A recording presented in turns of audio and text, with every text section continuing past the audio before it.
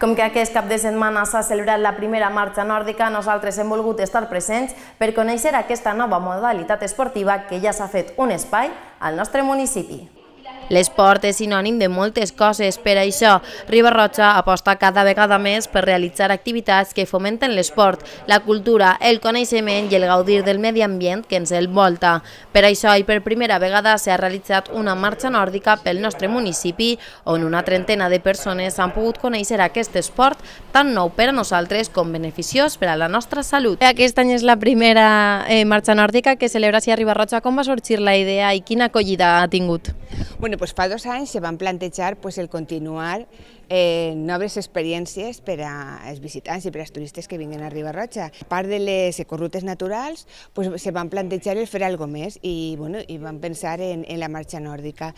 Pensem que la marxa nòrdica té una vertiente també terapèutica que anem a començar a explotar-la en reunions en l'Hospital de Manises i en els centres de salut de les localitats més properes perquè és molt beneficiós per a gent que té problemes cardiovasculars, d'esquena. I l'acceptació ha sigut impressionant perquè ho vam treure i els 2 dies ja estava tot ple. Quin va ser el recorregut concret d'aquest dia? Sí, al ser el més xicotet, baixem per el riu en direcció a Via Marxant, pujarem per el barranc de Porxinos i després agarrarem el que és la Via Verde, és a dir, tota la part que n'hi ha davant del polideportiu i tornarem. Els 3 són circulars.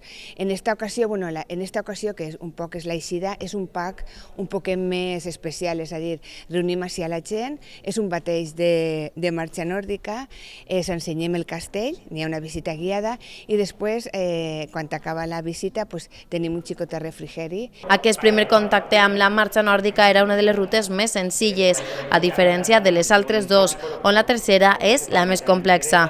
Però abans de començar el recorregut, els participants assistiren a una xerrada on es donaven tots els detalls d'aquesta modalitat. Vamos a enseñar un poco lo que es la marcha nórdica. Aparte es un itinerario que se ha montado para mezclar un poco lo que es un itinerario como de marcha nórdica, digamos que dentro de una de las líneas que tiene la marcha nórdica también es la turística, difundiendo lo que es el turismo deportivo. Hemos creado unos itinerarios turísticos que son destinos turísticos marcha nórdica, es una marca que hemos certificado. Yo como técnico de senderos, que también soy de la Federación de Montaña, aplicamos ciertos criterios que se usan en senderismo, modificándolos con los criterios que son necesarios para que un itinerario sea digamos, nordicable. ¿Vale? Entonces hemos diseñado unos itinerarios turísticos para la práctica de esta actividad, que incluye, por supuesto, poner en valor ciertos elementos del patrimonio de cada municipio por el que vamos, y a su vez implica que cuando una persona haga ese recorrido, de paso que hace un ejercicio saludable, de paso tiene la visió de lo que el pueblo quiere demostrar. A més, aquest esport té molts beneficis per a la nostra salut, que ens explica el propi instructor. ¿Qué beneficios tienen el hacer la marcha nórdica? Bueno, son muchos los beneficios que tiene la marcha nórdica a nivel terapéutico.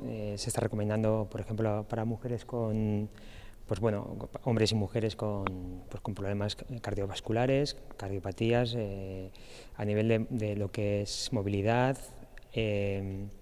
Está recomendado sobre todo para gente con un colesterol alto, sobre todo para mujeres operadas de cáncer de pecho, que junto con el remo y el tiro con arco son de los deportes que recomiendan. Normalmente la marcha nórdica simplemente es andar con unos bastones con una técnica específica. Como es un deporte que procede del esquí de fondo de los años de Finlandia, lo que se trabaja es mucho más la parte del tronco superior. Con lo cual no solo se mueven las piernas al andar, sino se mueve el resto del tronco, parte superior, hombros i cadera. Després d'aquesta primera toma de contacte amb la marxa nòrdica, s'espera que cada 2 mesos es realitzi una nova ruta, el que farà que aquest esport es convertisca en un gran amic dels veïns de Riba-roja.